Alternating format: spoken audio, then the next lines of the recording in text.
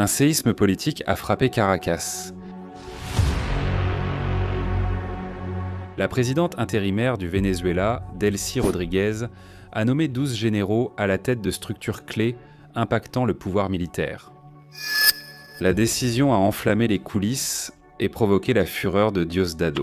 Cabello, ministre de l'Intérieur et numéro 2 du chavisme, a toujours maintenu le contrôle des forces armées.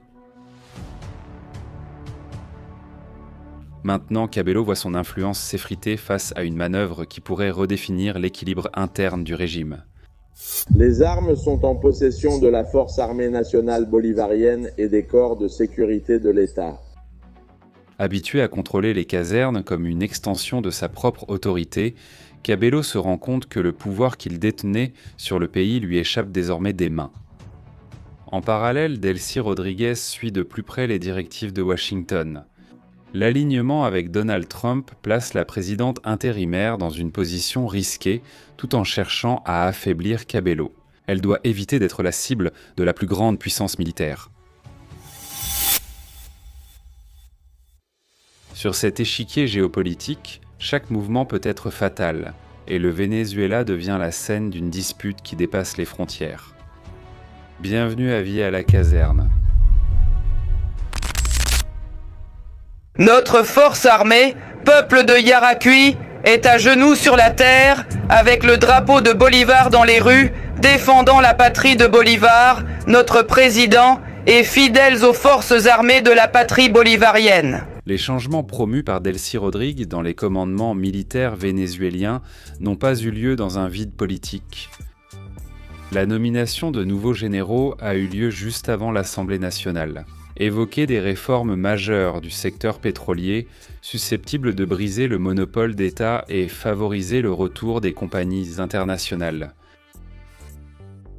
Cette coïncidence suggère une stratégie coordonnée pour assurer un soutien militaire. L'Assemblée se prépare à affronter les résistances aux réformes économiques du gouvernement intérimaire. Diosdado Cabello, perdant le contrôle des forces armées et s'isolant, sollicite les collectivos, milices armées illégales, pour préserver son influence et se protéger. Suivant les instructions du secrétariat national du Bloc socialiste, Alberto Chinotaria agit depuis les recoins de la patrie. La récompense de 25 millions de dollars offerte pour sa capture alimente les rumeurs selon lesquelles des mercenaires seraient prêts déjà à sa poursuite pour tenter de s'emparer de cette fortune, rendant sa position encore plus vulnérable.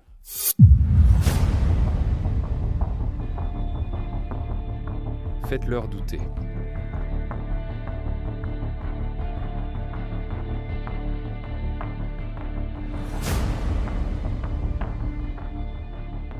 Cabello vit constamment sous pression, craignant trahison interne et persécution extérieure. Des sources internes suggèrent que la situation ressemble à celle de Nicolás Maduro en fin de mandat. Cabello ne parvient plus à garder une routine normale, évite les restaurants et présente des signes d'épuisement physique et mental. Pour tenter d'échapper à d'éventuelles offensives, Cabello passe ses nuits dans des endroits différents, changeant de cachette chaque jour. Cette routine erratique montre l'insécurité du deuxième homme le plus puissant du chavisme, désormais acculé par des millions de récompenses et la perte d'influence au sein de la structure vénézuélienne. Pour aggraver la situation, Donald Trump a annoncé vouloir intégrer María Corina Machado dans l'administration vénézuélienne. Ce geste symbolise la montée de l'opposition et le recul du chavisme. Voir une figure opposée au régime gagner du terrain politique accroît la fureur de Maduro, qui considère ce mouvement comme une tentative d'éradiquer le chavisme. Chaque décision sur cet échiquier accélère la perte d'influence du Venezuela et crée une tension pouvant redéfinir l'avenir politique du pays. Delcy Rodríguez avait déjà donné des signes clairs de son intention de remodeler le noyau du pouvoir en plaçant un ancien chef du renseignement à la tête de la garde présidentielle et du contre-espionnage. Le document officiel, signé par le ministre de la Défense Vladimir Padrino López, confirme que le haut commandement militaire veut se protéger face à de possibles offensives américaines. Le blindage institutionnel, donc, n'est pas seulement une mesure de précaution, mais aussi un message politique. Le gouvernement intérimaire est prêt à adapter sa sécurité sous la pression de Washington. Le soutien public du général Domingo Hernández Larrez, commandant stratégique opérationnel du Venezuela, aux nouveaux dirigeants militaires renforce la légitimité des nominations. Cela suggère que la Maison-Blanche a peut-être approuvé le processus. En louant les officiers avec des termes tels que soldats de tempérance et conduite exemplaire, Hernández Larrez n'a pas seulement exalté leurs qualités. Il a aussi précisé que la nouvelle génération de dirigeants militaires sera clé pour la transition politique et économique. La désignation du commandant de Táchira comme gardien de la flamme sacrée des libérateurs montre le poids symbolique de ces changements, surtout dans les régions frontalières avec la Colombie.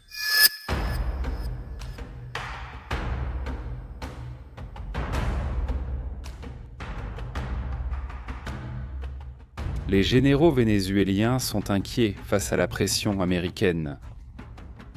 La confirmation que la CIA continue d'opérer clandestinement dans le pays en recueillant des informations stratégiques sur le régime a intensifié la crainte que des officiers de haut rang puissent devenir des cibles directes des forces militaires des États-Unis. Ce climat d'insécurité affaiblit la confiance interne et révèle les faiblesses du pouvoir, favorisant désespoir, rivalité et méfiance parmi les militaires.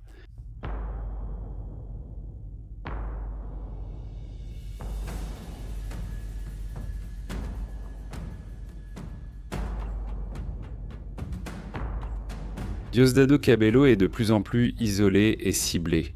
Reste à voir combien de temps son influence et le chavisme subsisteront au Venezuela. L'ordre de Donald Trump de capturer Diosdado Cabello est-elle imminente, ou les États-Unis vont-ils le laisser libre après avoir causé tant de mal au peuple vénézuélien ?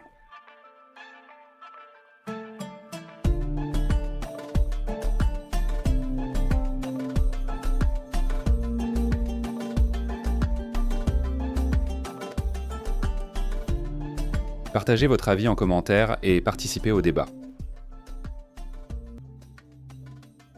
Sur Vie à la caserne, vous suivez l'actualité du monde militaire. Laissez un like, abonnez-vous et regardez l'une des vidéos qui s'affichent sur votre écran. En avant, à la prochaine.